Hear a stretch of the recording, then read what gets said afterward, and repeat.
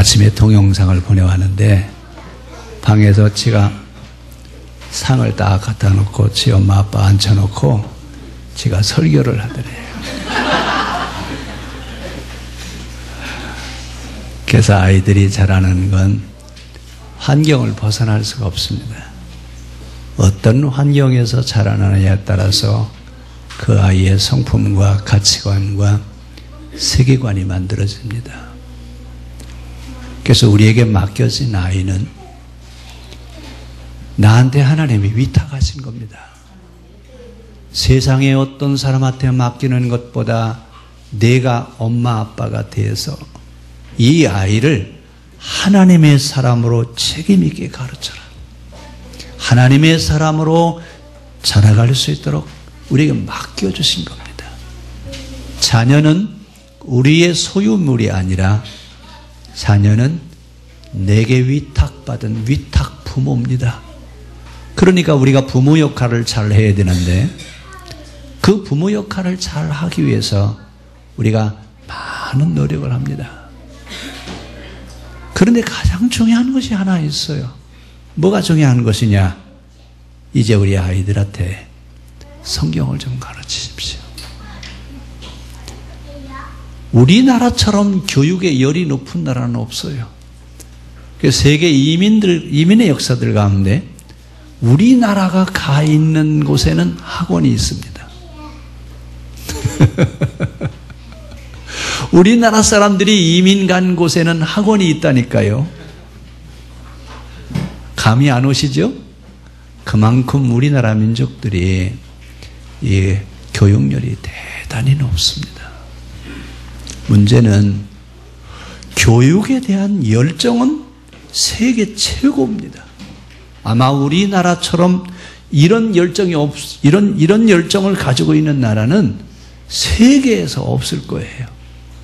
우리는 하여튼 이 말만 떼기만 시작하면 가르치기 시작해요. 요즘은 영어까지 가르치라고 그냥 집에들 가보면 알파벳이 뭐 한글이 잔뜩 써놨어요. 참 다 좋아요. 다 좋은데 어떤 사람이 되어야 되냐? 목표를 심어줘야 돼요. 이 아이가 자라날 때 너는 어떤 사람이 돼야 되느냐? 이 히브리 사람들의 교육에 대한 얘기 제가 종종 말하는데 이 사람들은 세계를 아우를 수 있는 꿈을 언제 심어주느냐면 어릴 때 심어줍니다. 성경은 뭘 얘기하느냐? 성경을 가지고 아이가 교육을 받고 성경을 통해서 신앙교육이 만들어진 아이는 세계를 아우를 수 있는 꿈을 가지고 삽니다. 청소년기의 가장 큰 문제가 뭐냐면 아이들이 꿈이 없어요. 방향 설정을 하지 못해서 무엇을 해야 될지 몰라서 망설이는 아이들이 있어요. 특히 답답한 건 고3이 되는데도 뭘 해야 될지 모르고 방황하는 아이들이 있어요. 참 답답해요. 아니 여러분 어려서부터 그렇게 교육을 많이 시켰는데 정작 해야 될 것은 내가 무엇을 해야 될 것인가? 내가 어떤 사람이 되어야 되느냐라고 하는 목표의식 없이 자란다라고 하는 거예요. 이래서 아이들이 방황하게 되고 탈선하게 되는데 오늘 성경을 가지고 우리가 아이들 교육을 시켜야 되겠습니다. 왜 성경을 가지고 교육을 시켜야 되느냐? 신앙의 사람으로 만들려고 하는 얘기냐? 저는 절대 그 얘기 하고 싶지 않습니다. 신앙의 사람으로 만들려고 하기 위해서 성경을 가르치라고 하는 게 아니라 세계 사람들을 먹여 살릴 수 있는 그런 인물이 되게 하기 위해서는 성경만큼 중요한 책이 없습니다. 세계 어디에도 성경처럼 그런 얘기를 하는 책은 없어요. 그래서 성경은 세계 최고 가는 베스트셀러다라고 얘기하는 이야기는 여러분 성경이 많이 팔려서가 아니에요. 성경이 안고 있는 내용이 세계 모든 사람을 아우를 수 있는 그런 내용들이 성경 안에 있기 때문에 그렇습니다. 그러면 이 성경에 있는 내용을 어떻게 그렇게 이야기를 할 수 있었느냐? 오늘 이 모세는 3,500년 전에 이 땅의 모든 사람들이 어떻게 될 것인가라고 하는 것을 고민을 했습니다. 그 뒤에 한 1000년 뒤에, 모세보다 1000년 뒤에 소크라테스, 공자, 노자, 장자 이런 분들이 나와서 우리가 이 세상에 어떻게 사람들을 먹여 살릴 것이냐라고 하는 것을 고민합니다. 그러니까 여러분, 이렇게 세계 모든 사람들의 먹고 살 문제를 해결하기 위해서 몸부림쳤던 사람들을 우리는 뭐라고 부르냐면 성인이라고 부릅니다. 성인은 여러분 어떤 사람이냐면 세계를 가슴에 품고 있는 사람들이 성인이었어요. 그럼 우리 아이들이 어떻게 살아야 되겠느냐? 우리 아이들이 세계를 가슴에 품고 자라날 수 있는 그런 아이로 살아갔으면 좋겠습니다. 그런 이런 교육이 어디서 나오느냐? 이 교육은 성경에 있습니다. 우리가 성경을 읽지만 모세오경에 나오는 율법서의 내용들은 것이 뭐냐면 이 세상 사람들을 행복하게 하자 그 말입니다. 그럼 이 세상 사람들을 어떻게 행복할 것이냐라고 하는 얘기예요. 제일 그 당시 현실적으로 급했던 문제가 먹거리 문제죠. 그런데 모세오경을 여러분 잘 보시면 이집트 나일강에서 메소포타미아의 유프라테스강과 티그리스 강을 하나의 벨트로 형성해서 거기서 나오는 농산물을 가지고 그 지역에는 모든 사람들을 먹여 살리게 하려고 하는 것이 모세오경입니다. 아마 성경 그런 부분을 보실 수 있다면 그분은 성경을 깊이 있게 보시는 겁니다. 이건 성경을 문자적으로 봐서는 그게 보이지 않습니다. 자, 하여튼 모세의 고민이, 율법서의 고민이 어떻게 하면 그 시대의 사람들을 먹여 살릴 수 있겠느냐? 어떻게 하면 그 시대 사람들이 행복하게 살 수 있겠느냐? 이 문제를 가지고 그 문제를 해결하는 것을 우리들에게 가르치고 있는 것이 바로 성경책입니다. 그래서 성경은 모든 사람들을 행복하게 해주는 책이 성경책이고, 성경을 가지고 교육을 한 사람들은 세계에 최고 가는 인물들이 될 수 있습니다. 여러분, 노벨상 수상자들의 3분의 1이 유태인들이에요. 그런데 유태인들 나라는 우리나라 강원도와 경상북도 합친 것만한 땅덩어리를 가지고 있어요. 그만한 땅덩어리를 가지고 있는데 어떻게 노벨상 수상자의 3분의 1이 유대인들이 될 수 있느냐 그 말입니다. 그러면 그렇게 노벨상을 탈 만한 인물들로 성장할 수 있었던 근원은 어디 있느냐? 그들은 어려서 성경을 가르칩니다. 성인식을 하는데 우리는 성인식 하면 술 한잔 먹고 이제부터 너는 어른이다 그거 얘기하잖아요. 유대인들의 성인식은요, 모세오경을 외우는 날이에요. 모세오경을 외우지 않으면 성인식을 통과할 수가 없어요. 그러면 여러분 뭐가 달라요? 이들은 어려서부터 이미 성경을 읽는 정도가 아니라 외우는 거예요. 외워서 성인식이 되면 성인식 하는 날은 모세오경을 외워야 성인식을 통과할 수 있어요. 뭐가 달라요? 우리는 성인식 때 되면 성경하고는 상관없이 학원 다니라고 정신없죠? 이 학원 저 학원 뭐 이것저것 다 배워. 근데 여러분 우리나라만큼 학원이 많은 나라가 없어요. 세계에서 아마 공교육을 뛰어넘는 사교육 시장이 아마 이렇게 큰 판이 만들어진 나라는 우리나라밖에 없어요. 이렇게 열심히 공부를 하고 이렇게 열심히 가르치는데 진작 노벨상을 받은 사람은 평화상 받은 사람 한 사람밖에 없어요. 아니 공부를 못해서 그래요? 세계 어떤 사람이 각 민족마다 어느 민족이 머리가 좋은지 IQ 검사를 했어요. IQ 검사를 했는데 IQ가 제일 좋은 나라가 어디라고요? 대한민국이에요. 세계에서 IQ가 제일 좋아요. 그러면 북한은 3위, 이스라엘은 7위예요. 7위. 유대인 나라는 여러분 세계 머리 좋기로 소문난 사람들이 아니에요. IQ 검사했더니 세계 7번째밖에 안 돼요. 우리나라 사람들은 세계 최고의 두뇌를 가지고 있는데 어떤 사람이 그런 얘기를 해요. 우리나라 학생들은요, 초등학교 수준, 중학교 정도 되면 세계 최고랍니다. 아이들이 그 연령대에서 가지고 있는 지성과 이런 걸 평가하면 세계 최고가 되는데, 고등학교에서부터 대학교 가기 시작하면 세계 꼴찌. 우리나라 대학생들이 가지고 있는 지식층은 세계 꼴찌입니다. 아니 여러분, 이 세상에 이런 일이 어디가 있어요? 초등학교 이때는 세계 최고 가는 그런 지성을 가지고 있는데 왜 대학에 가면 여러분 꼴찌가 돼버립니까? 우리나라 교육에 문제가 있어요. 우리나라의 교육은 답을 찾는 포크식 교육이에요.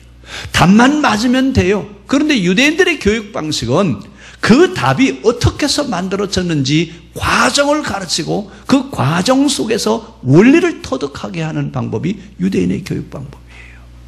여러분 언제 텔레비에서 그 유대인들 교육하는 거, 그 대학교에서 공부하는 거 텔레비 한번 보셨죠?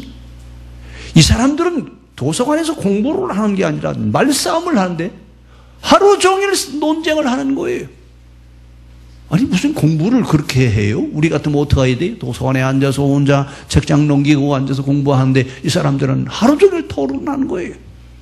여러분 토론은요 모르면 못해요. 알아야 토론을 하지 전혀 모르는 사람은 토론에 참여할 수도 없어요. 그러면 그 사람들은 하루 종일 토론한다는데 그럼 언제 공부한다는 거예요? 얘들 안에 아무도 없으면 공부해요. 그래서 우리나라 사람들은요 혼자 있으면 낮잠을 자고 둘이 있으면 술을 마시고 셋이 모이면 입씨름 한답니다. 유대인들은 혼자 있으면 공부를 하고 둘이 있으면 생각을 나누고 셋이 있으면 토론한대요. 이게 이런 민족성이에요. 제일 좋은 두뇌를 가지고 있고 공부의 교육에 대한 열정 세계 최고예요. 뭐가 문제냐라고 하는 얘기예요. 우리는 근본을 가르치지 않습니다. 뭐든지 답만 맞으면 돼요. 왜 그 답이 만들어지는지 원리를 설명하고 원리를 가르치지 않아요. 몇 점 맞았냐? 시험지 가져와봐. 이건 왜 답이 틀렸어? 이게 여러분 우리 부모가 하는 거예요. 이제 앞으로 부모님들이요 아이들 시험지 가지고 오거든요. 앉아서 같이 풀으세요.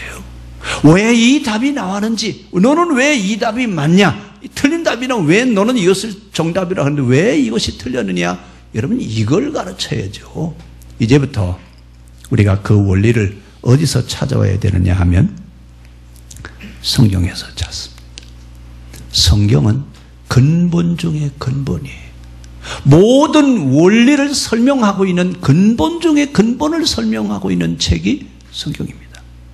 그런데 우리는 성경을 들고 있으면서 성경이 무엇을 우리에게 말하려고 하는지조차 간과해버리고 문자로만 읽고 넘어가는 이런 경향이 있는데 이제 성경 보는 방법도 바꿔야 됩니다. 문자로 성경을 보는 방법에서 이제는 성경이 무엇을 말하려고 하는지 그 의미와 정신을 찾아내는 방법으로 성경을 보는 눈을 바꿔가시길 바랍니다. 자, 우리 옆 사람하고 손잡으시고 오늘부터 성경을 문자로 보지 말고 의미와 정신을 찾읍시다.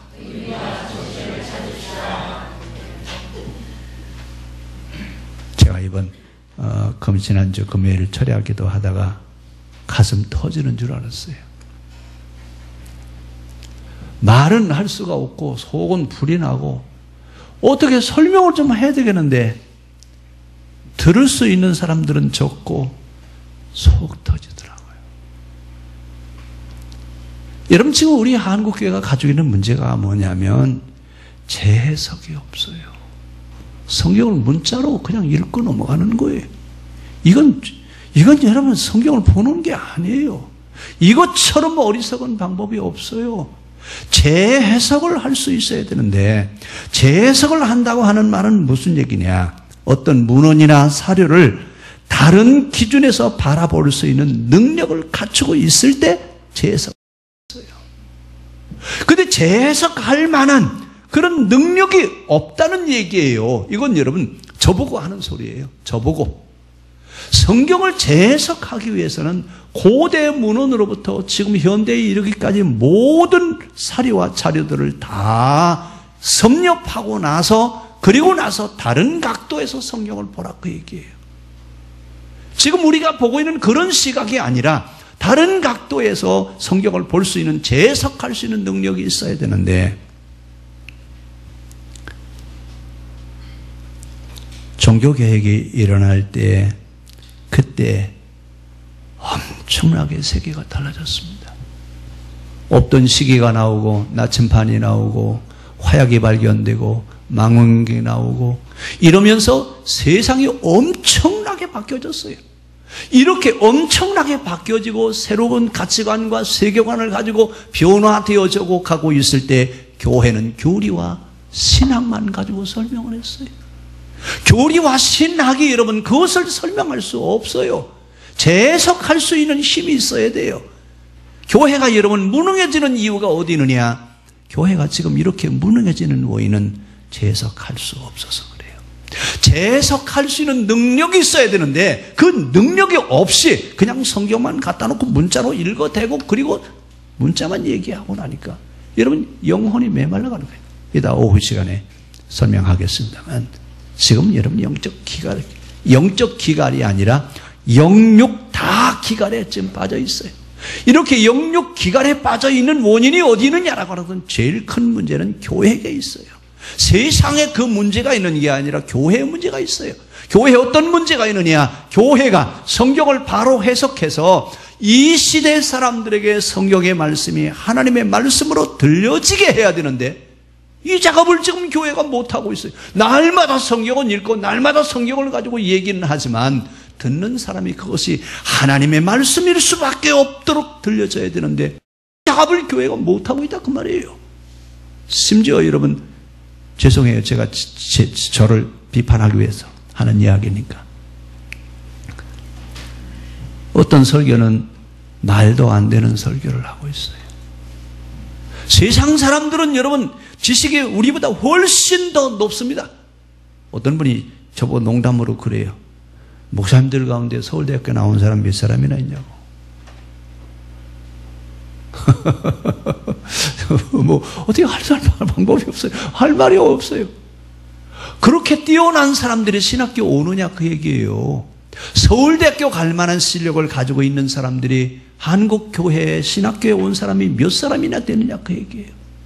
여러분, 이 지식의 계층의 차이예요. 이건 여러분 교회가 인정할 수밖에 없어요. 그러면 신학을 졸업하고 나서라도 그 문제를 자기 스스로라도 해결해야 되는데, 이게 해결이 안 돼요. 그냥 신학교에서 배운 거 가지고 나와서 뭐 하려고 그러는데, 솔직히 얘기해서요, 신학교 4년, 우리 감리교는 6년이죠, 이제. 6년 신학 공부하고 나와서요, 성경 한 절도 제대로 해석 못 합니다. 공부를 하는 게 아니에요. 이래가지고 나와서 강단에 서서 설교하는 사람들이 뭘 설교를 하겠습니까? 자, 이제라부터 우리가 성경으로 돌아가서 이제 성경을 가르쳐야 됩니다. 모세는 3,500년 전에 이 문제를 가지고 고민을 했습니다. 어떻게 하면 이 세상 사람들이 행복하게 살 수 있겠느냐? 어떻게 하면 이 세상 사람들을 구원할 수 있겠느냐? 이것을 모세는 40년 광야에서 교육으로 대치를 했습니다. 모세의 교육 방법은 학교 교육이 아니었어요. 모세는 얼마든지 학교를 세워서 학교에서 교육할 수도 있었습니다. 그런데 모세의 방법은 학교 교육이 아니라 가정 교육이었어요. 성경은 가정에서 가르쳐야 된다 그 얘기입니다. 그러면 가정의 교사가 누구예요? 부모가 교사예요. 우리 아이들한테 이제는 성경을 가르쳐야 되는데, 그 가르치는 부모가 이제는 성경을 알아야 돼요. 그래서 그 아이에게 성경을 가르쳐서 어려서부터 성경 안에서 자라서 세계관과 가치관이 성경 안에서 정립되어져서 세계를 이끌어갈 수 있는 이런 인물로 키워내야 되는데, 그것이 어디서 돼야 되느냐? 가정에서 돼야 됩니다. 특히 여러분 밥상머리 교육 살아나야 됩니다. 우리나라 좋은 전통이 있었어요. 온 식구들이 다 한 상에 앉아서 같이 식사하는 그 자리에서 할아버지 할머니들이 자녀들에게 교육을 시키면서 밥상머리 교육이 살아있었습니다. 근데 시대가 달라지면서 밥상머리 교육은 고사하고 식구들이 앉아서 같이 밥 먹을 시간이 없어요. 작년에 제가 언젠가 그 얘기했죠. 일주일에 2번은 온 식구가 같이 식사하는 날을 정해서 식사하는 시간을 갖자. 올해도 한번 해봅시다. 5월 한 달 동안 온 식구가 일주일에 2번은 온 식구가 같이 앉아서 같이 식사하는 시간을 한번 만들어 봅시다. 이것부터 시작해야 돼요. 근데 우리나라는 이게 다 깨졌어요. 아마 아이들 크는 가정은 애들하고 같이 밥 먹는 시간도 맞추기가 어려울 겁니다. 아침에 출근하는 시간, 학교 가는 시간 다 다르지, 집에 들어오는 시간 다 다르지, 언제 기다렸다가 밥을 같이 먹을 수 있어요. 그런데 모세는 어떻게 하면 하나님의 사람으로 만들 수 있겠느냐? 가정에서 성경을 공부함으로, 가정에서 성경을 가르침으로 인해서 그 교육이 가능하다, 그 얘기예요. 뭘 가르치느냐? 너는 마음을 다하고 뜻을 다하고 힘을 다하여 주 너희 하나님을 사랑하라. 뭘 가르치라고요? 마음을 다하고 뜻을 다하고 힘을 다하여 주 너희 하나님을 사랑하라. 아니, 하나님 사랑하는 게 뭐냐? 자, 우리끼리 있으니까 한번 물어봅시다. 여러분, 하나님 사랑하는 게 뭡니까? 네? 어떻게 하는 것이 하나님 사랑하는 거죠?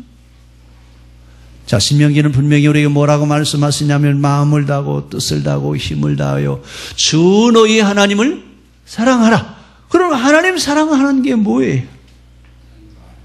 네? 자, 여러분, 이거 굉장히 중요합니다. 우리 날마다 뭐라고 그래요? 하나님, 내가 주님을 사랑합니다. 하나님 사랑합니다. 늘 얘기하는데 하나님 사랑이 뭐냐? 하나님 사랑은 자녀에게 말씀을 가르치는 겁니다. 하나님 사랑이 뭐라고요? 자녀에게 하나님의 말씀을 가르치는 것, 이것이 뭐라고요? 하나님 사랑이에요. 우리가 하나님 사랑 그러면 뭔가, 여러분, 그래, 뭐 하나님 앞에 뭘 드리고 뭐 이런 어떤 것을 생각하는데, 신명기는 뭐라고 얘기하느냐? 너희 자녀에게 하나님 말씀을 가르치는 것은 하나님을 사랑하는 것이다. 그럼 우리 자녀에게 뭘 가르치라는 얘기예요? 성경을 가르치라는 얘기예요. 우리 자녀에게 성경을 가르쳐요. 글을 모를 때는 그냥 가르쳐서 애우게 하십시오. 이 애우는 거요, 굉장히 중요합니다. 오늘 아이들 와서 센터 하면서 성경 암송 한 구절 암송하고 갔잖아요. 요만할 때 애우는 성경은요, 평생 안 잊어버려요. 연세가 드셔서 성경을 외우면 당장에 잃어버려. 아마 지금 외우고 돌아서면 아마 잊어버리실 거리. 그런데 어렸을 때 들었던 이야기들은지 어렸을 때 배웠던 말씀들은요, 늘 기억에 남습니다. 그래서 13살 이전에 있었던 일들은 거의가 다 기억을 해요. 그런데 25살 이후에 일어났던 일들은 빨리 잊어버려요. 나이가 들수록 어제 일을 오늘 기억하지 못합니다. 그만큼 기억력은 나이가 들면서 약해져 갑니다. 그래서 어려서부터 우리 자녀들에게 성경을 가르쳐야 됩니다. 그 성경에 있는 내용은 뭐냐? 너는 세계 사람을 책임질 수 있는 사람이 되어라. 어떤 사람이 되라고요? 우리 아이들한테 여러분 가르칠 건 이거예요. 우리 한번 따라 합시다. 너는 세계 사람들을 먹여 살리는 사람이 되라. 거기 너가 누구예요? 네? 여러분 자녀 이름을 넣어서 한번 해보세요. 너는 세계 살리는 사람이 되어라. 이게 유대인들의 교육, 성경의 교육이에요. 세계 사람들을 책임질 수 있는 사람이 되게 하라 그 얘기예요. 여러분 이런 아이가 탈선할 수 있어요? 내가 세계 사람들을 먹여 살려야 되는데 내가 하고 있는 이 분야에서 최고가 돼야 세계 사람들을 먹여 살릴 수 있지. 이래서 여러분 노벨상 수상자가 3분의 1이나 유대인들이 나오는 거예요. 이제는 기독교인들이 여러분 좀 나왔으면 좋겠어요. 유대인들 얘기 그만하고 기독교인들 얘기를 좀 해야 될 때가 됐는데 왜 기독교인들의 수상자는 그렇게 많지 않습니까? 자, 이제부터 하나님을 사랑한다면 우리 아이한테 성경을 가르칩시다. 그래서 유대인들은 국민교육이에요. 어려서부터 의무적으로 성경을 가르쳐야 돼요. 우리나라도 여러분 국민교육 언제 했죠? 오늘 시간 있으면 제가 그거 하려고 그랬는데 앞에 아이들이 다 빼먹어가지고 1968년 12월 며칠이? 영현 선생님, 거기 국민교육 현장이 있죠? 있어요? 한번 좀 띄워주실래요? 유대인들은 3,500년 전에 국민교육을 했어요. 전 국민 의무교육이에요. 우리나라는 언제 했어요? 1968년도에. 아니 여러분, 우리나라가 60대에 여러분 국민교육을 시작했는데 유대인들은 언제부터 했다고요? 3,500년 전에 전 국민 의무교육을 했어요. 여기서 거기 없어요? 예? 자, 우리나라가 국민교육을 하기 시작하면서 우리나라가 잘 살게 됐죠. 교육은 여러분 그 나라 국민의 수준이 전체 국민이 5% 미만의 문맹률을 가지고 있으면 선진국입니다. 우리나라는요, 몇 살 때 되면 한글을 다 알아요?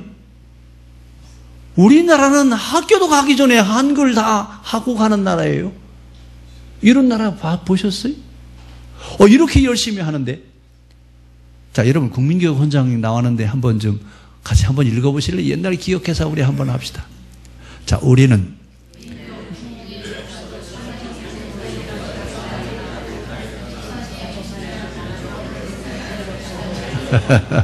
됐습니다. 네.